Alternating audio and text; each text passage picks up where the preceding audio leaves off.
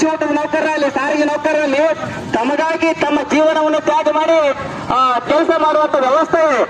ಇವತ್ತಿನ ದಿವಸ ಈ ಸ್ಕೀಮ್ ನೌಕರ, ಆಶಾ ಪಿಶೋಟ್ ನೌಕರರು ಆಯಾ ಕೇಂದ್ರ ಸಚಿವರ ಒಂದು ಕಚೇರಿಗಳ ಮುಂದೆ ಒಂದು ಹೋರಾಟ ಮಾಡಿದಾಗ ಇವತ್ತಿನ ದಿವಸ ಇದೇ ರಾಜ್ಯ ಸಚಿವರಾದ ಕುಮಾರಸ್ವಾಮಿ ಅವರು ಕೇಂದ್ರ ಒಂದು ನಮ್ಮ ಸಚಿವರಿಗೆ ಭೇಟಿ ಮಾಡಿಸಿದಾಗ ನಮ್ಮ ಎಲ್ಲ ಅಂಗನವಾಡಿ ನೌಕರರನ್ನು ಯಾವುದನ್ನು ಅವರು ರೂಢಿಯಾಗಿ ತರಂಗಿಲ್ಲ.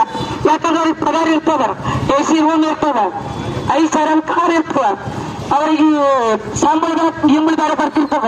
ನಾವು ಸಂಬಳನಾಗ ಇರೋರು ಬರೋ ಮಹಿಳೆಯರು ಕೆನಿ ನಾವು ತಿಂತೇವೆ, ತೊಳಗಿಂದು ಮಸೀನ್ ನೀವು ಕುಡಿಯತ್ತಾರ, ಬೆಣ್ಣೆ ಅವ್ರು ಬರೀತಾರ. ಅದಕ್ಕೆ ಈಗ ಯಾವುದೇ ಕಾರ್ಮಿಕರು ಇವತ್ತು ಪಂಚಾಯತ್ವರಾಗಲಿ, ಬಿಸಿ ಹುಡುಗರಾಗಲಿ, ರೈತರಾಗಲಿ, ಇವತ್ತು ಪೊಲೀಸ್ ಇಲಾಖೆ ಆಗಲಿ, ಯಾವತ್ತೋ ಒಂದು ಕಾರ್ಮಿಕರು ಇವತ್ತು ಸಾರಿಗೆ ಅವರು ಬಂದಿಲ್ಲ, ರೈತರು ಏನು ತಿರಂಗಿಲ್ಲ.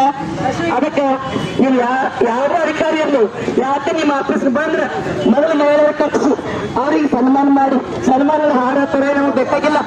ನಮ್ಮ ಮನೆಯಲ್ಲೇ ಕೂತಿರ್ತಾರೆ ಗಂಡಸ ಮಕ್ಕಳು, ಇವ್ರು ಹೊರಗೆ ನಿಂತಿರ್ತಾರೆ ಅವ್ರಿಗೆ